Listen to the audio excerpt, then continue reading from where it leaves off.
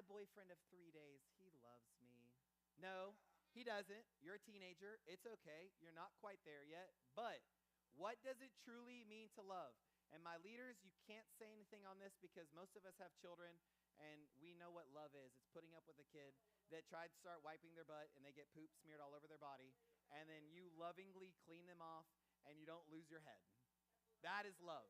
When your 5-year-old son walks up to you and says, Daddy, I need you to wipe me, and I walk in and it looks like it was paint numbers. That's love. That's love. It's disgusting. That is love. So what is love? Jeremiah, what is love?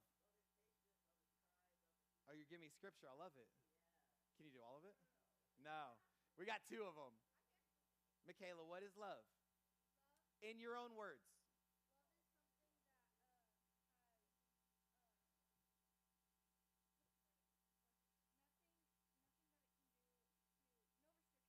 Love is something that has nothing that it can do to no restrictions. No restrictions. So I can beat someone that I love? I'm not restricted. No, I mean like there's no restrictions. Uh-huh. Like on what they can do for you to stop. Like yeah, you can. Like, Oh, so if I beat someone who loves me, they'll still love me. That's what I'm hearing. I'm just giving you a hard time. I'm sorry. I know what you're talking about, for sure. No, you're on the right track, Michaela. You really are. I'm just giving you a little hard time. Myra, I saw your hand up. What does love mean? Love is forever. You must have been watching a diamond commercial. Give your fiance a diamond because diamonds like love are forever. But no. Lexi, what is love? Ooh, that's a good one. I would do something for you that you might not do for me because I love you. Anything else? Where's one of my boys? Okay, Mata, what is love? You can't take my definition. That's my definition. Give me a boy in here because boys are like, love? I don't know, playing Fortnite in my free time. Christian, what is love? That's good. Showing compassion at all times. Man, that's a better definition of mine. Here's mine. Michaela, when I tell you I love you, what do I always end it with? I adore you. And Michaela the other day said, just say you love me. I was like, no, to me, love is so watered down now. I love cake. Some of you in here, I love the Dallas Cowboys. I don't love teams that haven't won the Super Bowl in 50 years, but it is what it is. I do love Texas A&M, and we are terrible. We lose at everything. It's okay. But when I say I adore you, it's so much more than love to me. This is what I tell people too. If I walk up to you, you might have heard me say this. If you go to the next one, adore. I only use this for my children and my wife. I would never, like, Joey, I love you. I would never say, Joey Prim, I adore you. That'd be a little weird. It would be weird. I might. Me and Joey are almost there. I might. We're almost there. Me and Joey, we're like this. His wife, I have a picture of me and Joey doing the heart, and his wife still gets mad because she doesn't have one of those. So she just has to do better. But here's one that I will tell a lot of you students. If you've never heard me tell you this, I'm sorry, but I cherish you. I don't look at you as a number. I really don't. I would love to have a bigger youth group, and I'd be fine with a smaller youth group, but I want you to know in this youth group, I don't look at you as a number. I look at you as a student because when I was your age, I didn't have a mentor. I didn't have an older sibling. I didn't have a parent at home that was teaching me right from wrong, and it sucked. And so I cherish each and every one of you. Some of you a little bit more than the rest because they've come to my house like 5 days in a row, and I have to cherish you. But I love all of you. And then the last one is this, though, and this is really what the Lord has put on my heart lately, is to prioritize. Now, this doesn't mean I have to show up at every event. This doesn't mean that I have to do every single thing with you. But what it does mean is when I'm spending one-on-one time with you, do you feel, Lexi, do you feel that you're a priority for me? If every time we meet, y'all are like, Pastor Luke's thinking about his other stuff, and you're like, Pastor Luke, do you have a second? Yep. Anyway, I've had a really hard day at school today, and my mom's been yelling at me a lot, and I've been having issues in the locker room, and my teachers don't listen, and I looked up and I was like, your mom doesn't listen and your teachers yell a lot? Does that show I'm prioritizing you? No, because what? You said the opposite. My mom yells and my teachers, and now you're not paying attention to me. And so why would you ever want to come somewhere that you're not prioritized? See, the deal with priority is not how often I'm spending with you. It's purpose. It's quality, not quantity. It's when we meet together, is there one-on-one discipleship that we spend 2 hours in the parking lot and Joey's ripping into me of like, this is what it takes to be a man. Guess what I knew in that moment? Joey prioritizes me. Why? Because he was like, over these next 2 hours that I got you, I'm going to challenge you to be a better man, a better husband, a better father. Was it easy? No. Was it loving? Yes, absolutely, because he cares about me. This is the picture when I think of priority. It's not how often I'm doing it, the intensity, the purposefulness of it. Do I feel that when I'm with you, that I am your focus? And here's the deal. You're like, what's the purpose of this? I'll tell you why. The Last Supper. That's why. So John 13, we have the Last Supper, and Jesus just got done doing what to his disciples? You want to guess? Yelling at them.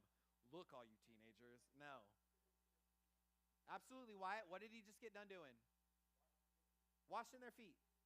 The God of all creation, Son of God, the dude that's about to die for our sins, he's doing what? On his knees, washing the feet of the disciples. Is that purposeful? Absolutely. He should not be in that. Culturally, should he be in that position? No. As a teacher, absolutely not. And not even to think of, as a teacher, it's not that he's not supposed to be there. This is the Messiah, the Son of God, so much greater than a teacher. But what does Jesus say? Jesus says this in verse 34 of John 13.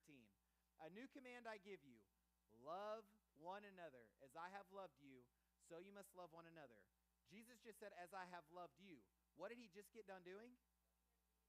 Serving. Serving. Servant leadership.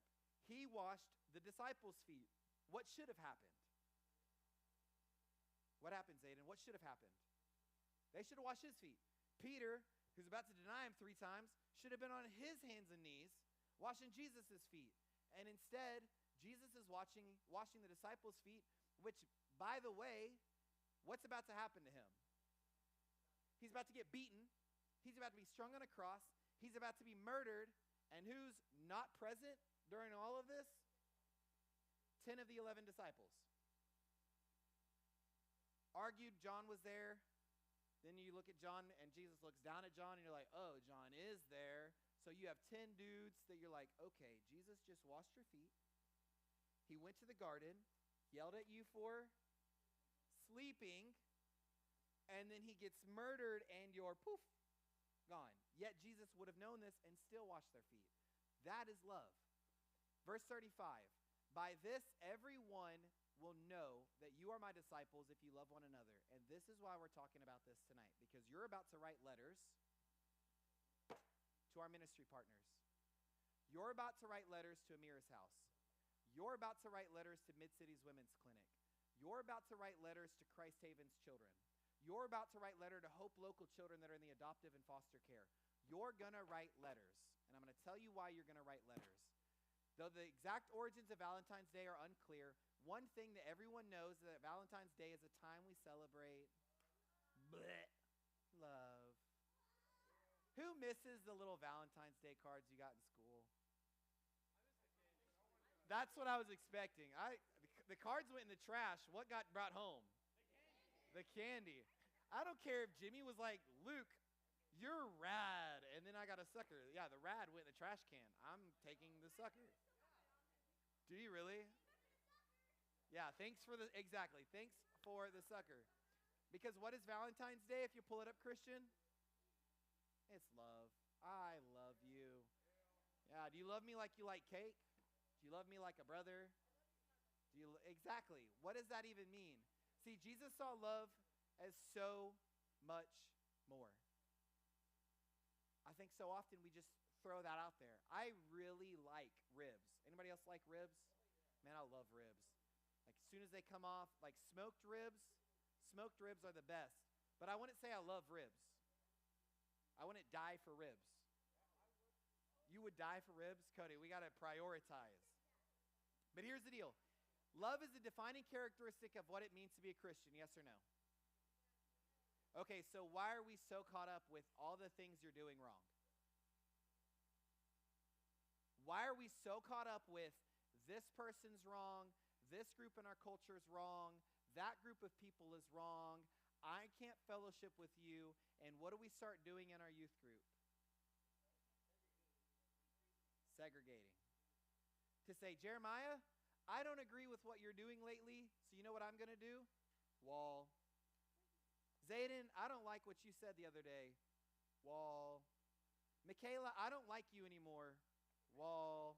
And then I start doing walls, and then I look around, and then I struggle and stumble, and I'm like, God, why don't I have anybody here to be with me?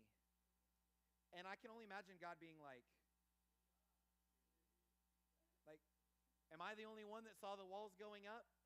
We have to learn to do this in our culture. If you pull up the next picture, I don't have the clicker. We're getting there. We're getting there. We have to learn to do this. We have to be willing to go to the street ministry, to the hamburger ministry, and feed the homeless and quit trying to get them here.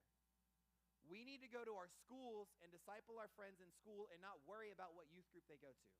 If they ask you about youth group, great. Bring up, hey, I go to youth group. But if not, you need to sit down with your friend and say, hey, man, what you're doing, I want to talk to you about. Not you're wrong, I'm right, here's a Bible. To say, hey, what you're doing hurts me. I love you as a friend, and I want you to walk in some freedom. We need to be willing to do this. And so, small group leaders, I'm sending you out with these in your small groups today.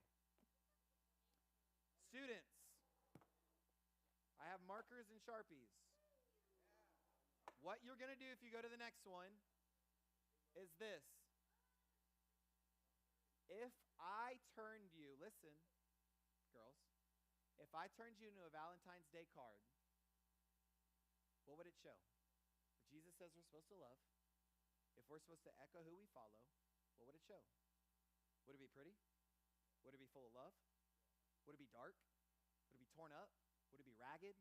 Would it be full of death? Honestly, what would your life look like? See, we create Valentine's Day cards to show people how much we care about them. Oh, man, all the terrible puns. Like some of them are like, you're unbearable with a big teddy bear. Oh, you're so unbearable. Oh, I love you so much. I want to tell you otter about it. Oh, with the otter. I love you very much. Oh, I love it. I love it, right? Y'all are all like, ugh. But what if we continued in this? Go 2 more slides forward for me. What if your life was the Valentine's Day card? Go to the next one. If people read your card, would they tell you're a Christian? If I opened up Jeremiah's card of his life, it would say, hi, Jesus. 7 letters, 2 words, hi, Jesus. Love it. Would it show that? Would people know you're a Christian if they got your life in a Valentine's Day card? So go back to the card for me. So many people need to get one of these. Not you're unbearably beautiful. But what we want you to do is this. What if we wrote a letter to someone that doesn't receive love? Go to the next one. What if we wrote a letter to those who don't know Christ? What would you write? What would you write if I gave you this beautiful pink piece of paper, Lexi, and I gave you a marker? Who doesn't like pink? It's Valentine's Day. And Lexi, you took this piece of paper and you wrote, you don't know who it's going to. Maybe it's going to go to a pregnant mother that's seeking the abortion pill at Women's Mid-City Clinic, and she's going to get this letter. Or maybe Myra, it's going to go to Christ Haven, to a child that's in the foster care system. Or maybe, let's see, who else do I want to call on? Jeffrey. Maybe this is going to Hope Local, to a kid who has no hope, who's in the adoptive care.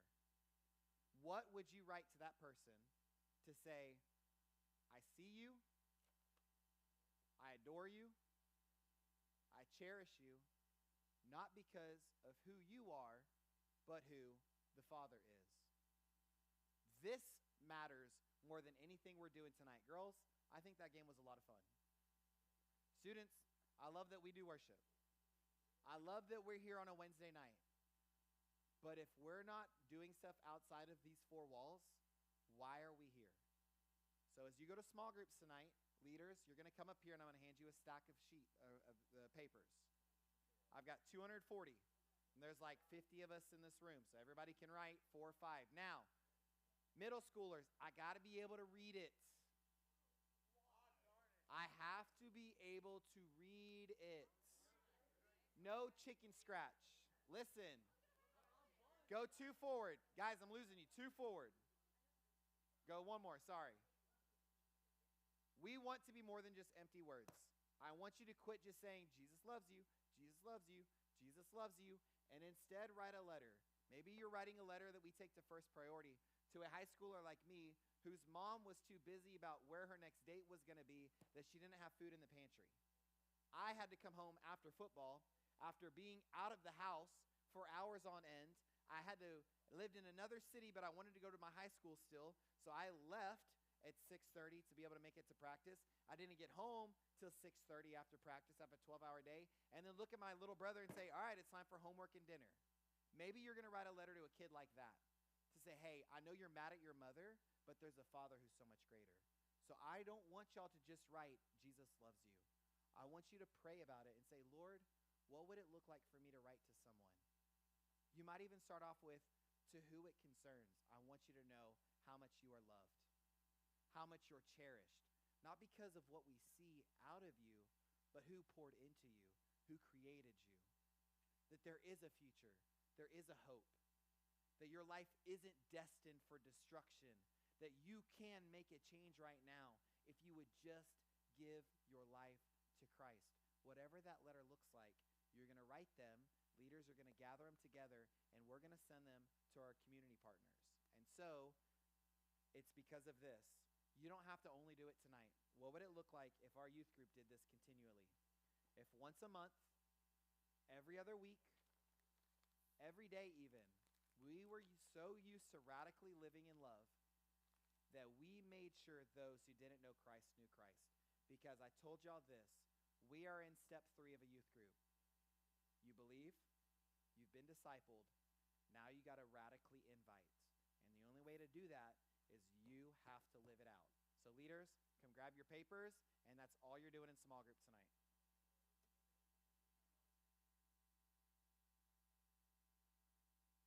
Students, if you